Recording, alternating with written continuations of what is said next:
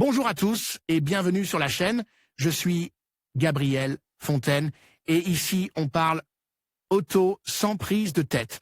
Conseils pratiques, explications techniques, accessibles et réponses claires à vos questions de tous les jours. Que vous soyez débutant ou passionné, vous allez trouver ici de quoi mieux comprendre et entretenir votre voiture. Pensez à vous abonner, à laisser un petit like et restez avec moi jusqu'à la fin de la vidéo. Chaque détail peut faire la différence. Il semble que l'offre de voitures électriques augmente progressivement et aujourd'hui nous pouvons trouver de nombreux profils de véhicules électriques. Dans ce billet, nous nous concentrons sur deux modèles particulièrement récents et intéressants, la Sicmi électrique et la Honda E. Ils partagent de nombreuses similitudes, telles que des dimensions compactes et une orientation urbaine claire, de petites batteries et une autonomie modeste. Cependant, il existe aussi de grandes différences entre eux, et l'une d'entre elles se démarque des autres, le prix. Alors que la Sicmi électrique propose un prix de départ de 21 230 €, bien qu'avec Carwow vous puissiez économiser environ 2 400 €, la Honda E est à un prix remarquable de 34 800 €. Voyons donc ce que chaque modèle a à offrir et lequel semble être la meilleure option pour conquérir la ville sans émissions polluantes. Sicmi électrique vs Honda E, comparatif. Commençons par un aperçu des caractéristiques de nos deux modèles avec le tableau suivant. Sicmi électrique Honda prix à partir de 21 230 € à partir de 34 800 € puissance 80 ch 135 chevaux et 155 chevaux autonomie WLTP 260 km 220 km longueur 3,55 m 3,89 mètres compartiment à bagages 250 litres 170 litres puissance et autonomie. C'est la chose la plus importante dans une voiture électrique, n'est-ce pas? Tant la Sicmi que la Honda E sont clairement axées sur la ville, avec des batteries modestes qui n'ajoutent pas trop de poids, mais qui n'offrent pas une autonomie excessive, bien qu'elle soit suffisante pour les trajets urbains. La Honda E peut être propulsée par deux moteurs différents de 135 ou 155 chevaux, tous deux entièrement électriques et entraînant l'essieu arrière, et non l'avant comme dans le cas de la Sicmi. Dans les deux cas, le couple est de 315 Nm, un chiffre important pour un modèle de ce poids, qui permet d'atteindre le 0 à 60 km/h en 9 ou 8,3 secondes selon la version.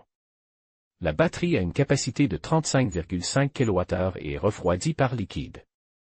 Elle offre une autonomie WLTP de 220 km avec les jantes de 16 pouces de série, ce chiffre diminuant légèrement si vous optez pour des jantes de 17 pouces. Cependant, l'autonomie reste inchangée, quelle que soit la motorisation choisie. La Sicmi a une puissance plus modeste, avec seulement une version de 83 chevaux, et sa vitesse de pointe est inférieure à celle de la Honda E de 10 km/h, atteignant 130 km/h.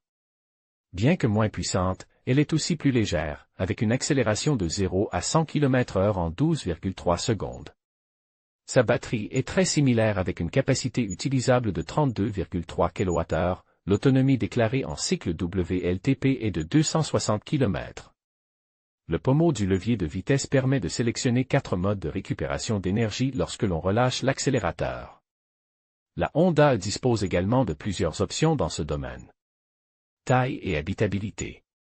D'emblée, il est clair que la Honda E est plus grande que la Sicmi électrique, bien que les deux modèles aient essentiellement une carrosserie similaire à 5 portes. La différence la plus évidente est la longueur, 3,89 mètres pour la Honda E et 3,55 mètres pour la Sicmi électrique. Cependant, malgré la différence de longueur de 35 cm, l'intérieur n'est pas très différent en termes d'espace. En effet, la Sicmi offre un volume de coffre plus généreux de 251 litres, alors que celui de la Honda E n'est que de 171 litres. Bien que ces deux chiffres soient modestes, nous trouvons remarquable que la Sicmi offre une meilleure capacité de chargement malgré sa taille plus petite. Dans les deux cas, la deuxième rangée de sièges ne se démarquait pas et les passagers de plus de 1,80 m auront du mal à trouver de L. Espace, bien que la Honda E soit légèrement meilleure à cet égard. Technologie. La Honda E est la gagnante incontestée de cette section, ce qui commence à justifier l'énorme différence de prix par rapport à la Sicmi électrique. Le modèle japonais est une véritable panoplie de systèmes que certains considèrent même comme la voie à suivre pour les voitures du futur. L'intérieur de la curieuse Honda E est composé de pas moins de 5 écrans, dont 2 écrans tactiles de 12 pouces. Les 3 autres sont utilisés pour les rétroviseurs, puisqu'il n'y a pas de rétroviseur traditionnel à l'extérieur. Cette solution est similaire à celle de l'Audi e-tron. Cependant, la Honda va plus loin et le rétroviseur intérieur offre également la possibilité de projeter l'image capturée par la caméra arrière, bien que dans ce cas nous puissions toujours choisir entre l'image réelle et l'image numérique par le biais d'un petit onglet. Nous aimons beaucoup le design intérieur de la Honda, qui est aussi original que l'extérieur. L'impression générale est celle d'un minimalisme qui semble prévaloir dans les modèles électriques, comme c'est déjà le cas avec la Tesla Model 3 ou la Tesla Model S. Heureusement, les commandes de climatisation restent physiques. À cet égard, la Sitmi n'est pas aussi actuelle que le modèle original, lancé en 2011, et bien qu'elle ait reçu des mises à jour, elle est quelque peu dépassée dans ce domaine.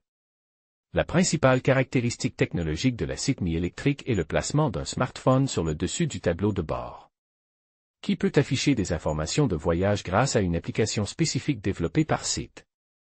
Conclusion. Pour nous la conclusion est claire, si nous voulons un véhicule électrique urbain rationnel notre choix devrait se porter sur la Sitmi électrique, elle offre une autonomie très correcte pour sa gamme et son prix et elle est aussi pratique grâce à son espace intérieur. La Honda E mérite également notre reconnaissance, car même si elle aura un volume de vente plus discret, elle est un pari très courageux.